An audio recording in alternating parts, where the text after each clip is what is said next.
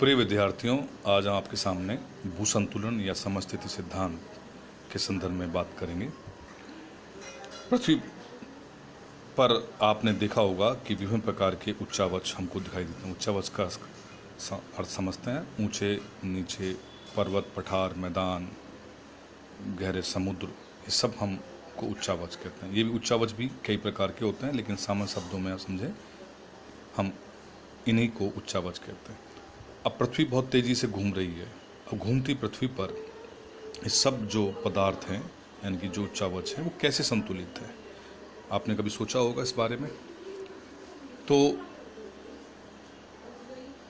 कई सारे सवाल आपके समक्ष आए होंगे।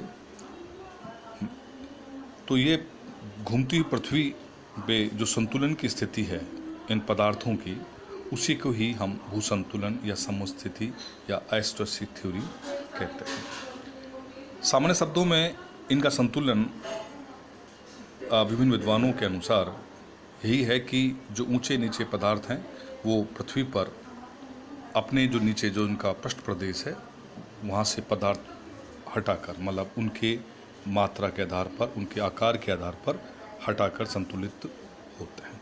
एक सामान्य शब्दों में आप समझें कि एक नाव है पानी में। जब हम नाव को आपने देखा होगा तो वो उसके आकार के आधार पर वो नीचे से उतना ही गहराई में वो प्रवेश की होती है जिसके उस आकार के आधार पर, और उसी मात्रा में उसकी चौड़ाई के आधार पर पानी को हटाकर संतुलित रहती है। इस शब्द का प्रयोग सबसे पहले क्लेरेंस ड्रेटन ने 1889 में किया। हम इसके इतिहास में देखें तो मैं इसके थ्योरेटिकल में को आपको सामान्य शब्दों में समझाने का प्रयास करता हूँ कि जब 1859 में इसका सर्वेक्षण किया गया संतुलन को देखने के लिए, जो सर्वेक्षण था वो त्रिकोणमितीय सर्वेक्षण था, और वो एक कल्याण और कल्याणपुर नामक दो स्थान लिए गए। कल्याण हिमालय के पास था और कल्याणपुर से 375 मील दूर था। जब त्रिकोणमितीय सर्वेक्षण किया गया और उसको खगोलात्मक आधार पर जांचा किया गया तो 500 फुटिया का अंतर हमको देखने को मिला। यह अंतर हिमालय के आकर्षण के कारण उत्पन्न हुआ और साहुल रेखा वहाँ से 15 सेकंड वहाँ से हट गया। तो ये प्रश्न उपस्थित हुआ कि किन कारणों से हिमालय का पर्वत का पूरा प्रभाव साहुल सूत्र पर नहीं पड़ा। इसका यहाँ ये कहना ये चाह रहे हैं कि हिमालय का आकार बहुत ऊंचा है, बड़ा है, वृहत है, तो उसका आकर्षण भी अधिक होना चाहिए, लेकिन उस आधार पर आकर्षण नहीं हुआ। तो इस संदर्भ में विद्वानों ने कहा कि भाई हिमालय है वो बुलबुलों से बना हुआ है या हल्के पदार्थों से बना हुआ है, इस कारण से उसका आकर्षण कम हुआ। तो भूसंतुलनवाद के अनुसार विशाल भूसंरचनाएं जैसे ऊंची ऊंची पर्वतमालाएं, पठार, मैदान एक संतुलन की अवस्था में है, और ये नीचे एक भूताप पूर्ति स्तर पर हटाकर, यानी कि कंपेंसेशन करके वो संतुलित स्थिति में रहते हैं। इस संदर्भ में प्राट ने, एरी ने, हॉफोर्ड ने, बोवी ने, होम्स ने, कई सारे विद्वानों ने अलग अलग समझाने का प्रयास किया। यहाँ दो विद्वानों के सिद्धांत सबसे अधिक प्रचलित हैं, मान्य हैं। एक प्राट है और दूसरा एरी।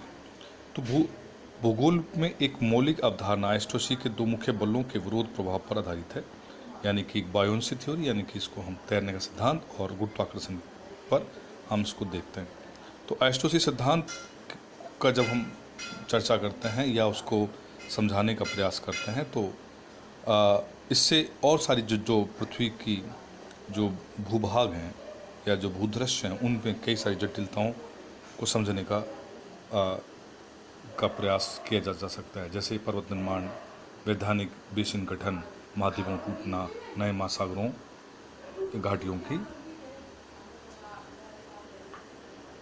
गठन के संदर्भ में। अपने संतुलन सिद्धांत को एरी ने सामान्य शब्दों में समझाने का प्रयास किया। उन्होंने ये बताया कि पृथ्वी के ऊपर जितने भी भूभाग हैं उनके आकार विभिन्न हैं, और लेकिन जो भाग जितना आकार उनके विभिन्न है, लेकिन वह पृथ्वी पर अपने ऊंचाई के आधार पर उतनी गहराई पर प्रवेश किए हुए हैं।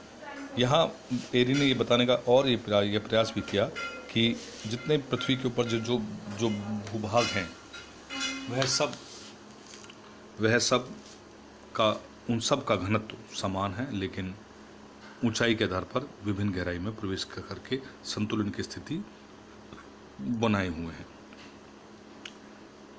एरी ने हिमालय के संदर्भ में बताया कि हिमालय की ऊंचाई लगभग, हम सामान्य शब्द कहें तो 9 किलोमीटर है, तो वह लगभग 81 किलोमीटर नीचे गहराई में जाकर संतुलन की स्थिति में होगा। उन्होंने एक चीज़ और समझाने का प्रयास किया कि सियाल सीमा पर तैर रहा है, सियाल हल्का है और सीमा उससे भारी है, उस पर वो तैरने की स्थिति को उसने समझाने का प्रयास किया। प्राट की व्याख्या एरी से भिन्न थी और प्राट की इस व्याख्या को या उनकी विचारधारा को हैफोर्ड ने भी, बोवी ने भी समर्थन दिया। उनका विचारधारा ये थी कि जो भाग जितना ऊंचा होगा उसका घनत्व उतना ही कम होगा, यानी कि ऊंचाई और घनत्व में उल्टा संबंध देखने को मिलता है। तो पर्वत का घनत्व कम, पठार का उससे अधिक, मैदान का उससे अधिक और सागर का उससे अधिक घनत्व होता है, लेकिन यह पृथ्वी पर समान गहराई पर प्रवेश किए हुए हैं। तो एरी और प्राट के सिद्धांत में बेसिक अंतर क्या दिखा कि जहां एरी ने अपने सिद्धांत में ये समझाने का प्रयास किया कि पृथ्वी के जो भूभाग हैं उन सब का घनत्व समान होता है, लेकिन ऊंचाई के आधार पर वो विभिन्न गहराइयों में प्रवेश किए होकर संतुलन बनाते हैं। जबकि यहाँ प्राट ये कहता है कि जो भाग जितना ऊंचा होगा उसका घनत्व उतना ही कम होगा, और लेकिन वह सब समान गहराई में प्रवेश किए हुए हैं। और इसको समझाने उन्होंने बताया कि नीचे पृथ्वी के नीचे एक समतोल तल होता है, यानी कि लेवल ऑफ कंपनसेशन होता है, यानी कि इस तल के ऊपर घनत्व तथा ऊंचाई में उल्टा अनुपात पाया जाता है। लेवल ऑफ कंपनसेशन धरातल से 100 किलोमीटर की गहराई पर माना जाता है। इस तल के ऊपर कम घनत्व चट्टानों की ऊंचाई अधिक और अधिक घनत्व चट्टान की ऊंचाई कम होती है। इसी संदर्भ में बोवी महोदय ने एरी और प्राट के सिद्धांतों का तुलनात्मक अध्ययन कर स्पष्ट किया कि दोनों के विचारों में एकरूपता तो नहीं, लेकिन समानता जरूर है।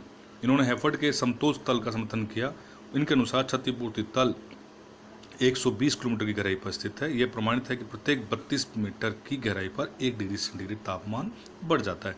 इतनी गहराई पर चट्टानों का द्रवणांक आ जाने से चट्टानें पिघल जाएंगी, इसलिए क्षतिपूर्ति तल एक काल्पनिक है।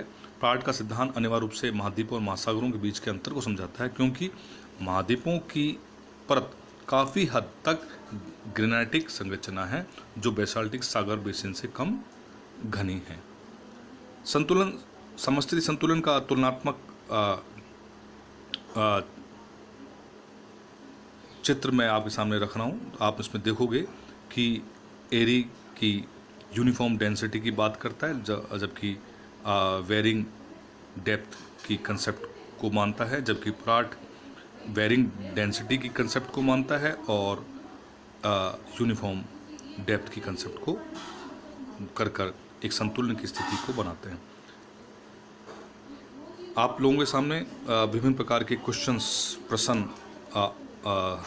आएंगे। उसी संदर्भ में मैंने कुछ ऑब्जेक्टिव क्वेश्चंस आप लोगों को के समक्ष रखे हैं। उन प्रश्नों को यदि आप देखोगे तो आपके सामने ये सिद्धांत को समझने का और अधिक संभावनाएं नज़र आएंगी। तो प्रिय विद्यार्थियों, आपने संतुलन सिद्धांत को की व्याख्या मैंने आपके सामने रखी, तो आपके सामने समझ में आया होगा कि कैसे घूमती हुई पृथ्वी पर उच्चावच एक संतुलन की स्थिति में है। विभिन्न विद्वानों ने अपने अपने परीक्षण सर्वेक्षण के माध्यम से ये समझाने का प्रयास किया कि कैसे एक संतुलन की स्थिति होती है। देखिए, संतुलन एक सामान्य प्रक्रिया है।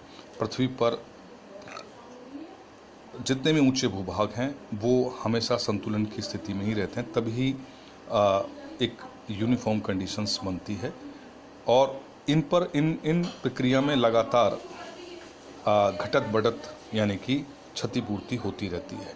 और जैसे एक सामान्य शब्दों में आपको समझाऊं मैं कि पृथ्वी की जो बाह्य शक्तियाँ हैं वो तोड़ फोड़ कर वापस उसे समुद्र में विभिन्न माध्यमों से समुद्र में या प्रवेश कर देती है। समुद्र का अत्यधिक भार होने पर वह वापस मेंटल में यानी कि पहुंचकर पिघल कर वापस वह पुनः पृथ्वी पर अवतरित हो जाता है, एक संतुलन की स्थिति को पैदा करता है।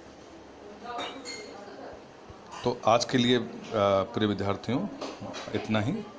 अगले टॉपिक पर हम अगले वीडियो में चर्चा करेंगे। धन्यवाद।